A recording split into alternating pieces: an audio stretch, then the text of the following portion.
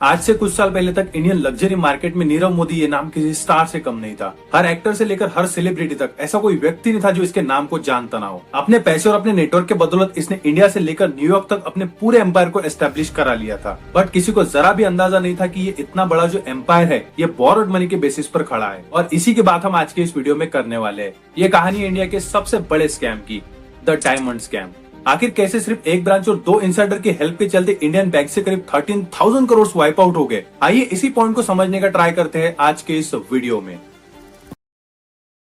अब इस पूरे स्कैम को समझने के लिए हमें सबसे पहले LOU यानी कि लेटर ऑफ अंडरटेकिंग, इस टर्म को समझना बहुत जरूरी है। सो बेसिकली ये एक टाइप का प्रॉमिस होता है जो एक बैंक दूसरे बैंक को करती है, ये कहकर कि जिस पर्सन के बिहाफ पर ये इस LOU को इश्यू कर रहे हैं वो अगर लोन वापस करने में फेल हुआ तो उस लोन को अब ये बैंक पे करेगी। तो मानिए एक कंपनी है जो कि पंजाब नेशनल बैंक के LOU किसी और बैंक को दिखाकर लोन लेती है। अब अगर ये कंपनी लोन वापस करने में फेल हुई तो पंजाब नेशनल बैंक इस लोन को पे करेगी। बेसिकली इन LOUs का इंटरनेशनल ट्रेड में यूज किया जाता है, जो कि बिजनेसेस को अलाउ करता है कि वो फॉरेन बैंक से शॉर्ट टर्म क्रेडिट ले सके। जितने भी LOUs बैंक की तरफ से इशू कराए जाते उन सभी की एंट्री बैंक के इंटरनल सिस्टम में करना बहुत जरूरी होता है। साथ ही साथ इन LOUs को इशू करने के लिए कोलेटरल की भी रिक्वायरमेंट होती है। बट होता क्या है कि ग्लोबल लग्जरी ब्रांड्स के 2 ओनर नीरव मोदी और मेहुल चोकसी ये क्या करते हैं कि पंजाब नेशनल बैंक के मुंबई ब्रेडी हाउस की जो ब्रांच थी वहां पर LOUs के लिए अप्रोच करते हैं। अब वैसे तो इन LOUs को इशू करने के लिए कोलेटरल की रिक्वायरमेंट थी, साथ ही साथ इन LOUs को इशू करने के बाद इन LOUs की जो एंट्री थी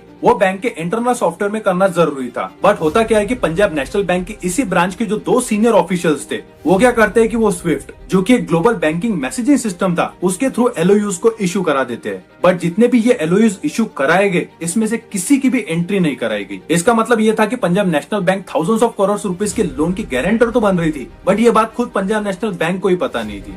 अब जितने भी फॉरेन बैंक्स थे जैसे कि Allahabad bank, union bank of India, axis bank, इन्होंने पंजाब नेशनल बैंक की तरफ से इशू किए गए LOUs पर ट्रस्ट करके नीरव मोदी के कंपनीज को लोन अप्रूव कर दिया। नीरव मोदी इन्हीं फेक LOUs का यूज करके कंटिन्यूअसली बैंक से लोन अप्रूव कराता रहा और एक टाइम आया जब ये लोन का अमाउंट करीब 13,000 करोड़ पर पहुंच गया। अब इस पूरे पैसे का यूज कहीं पर शोरूम्स ओपन करने के लिए, कहीं पर सेलिब्रिटीज को इनवाइट करने के लिए, तो कहीं पर बड़े बड़े स्टार्स को as a brand ambassador assign करने के लिए किया गया। सब कुछ सही चल रहा था, बट होता क्या है कि जनवरी 2018 में नीरव मोदी की कंपनी फिर से एक और बार पंजाब नेशनल बैंक को LOUs के लिए अप्रोच करती है। बट यहाँ पर इस बार प्रॉब्लम ये हो गई कि इस बार ब्रांच में न्यू ऑफिसर थे। ये न्यू ऑफिसर LOU के लिए मना कर देते, साथ ही साथ प्रॉपर पेपर वर्क की भी डिमांड करते। पेपर वर्क के टाइम पर जब चेक किया गया तब हर कोई हैरान था।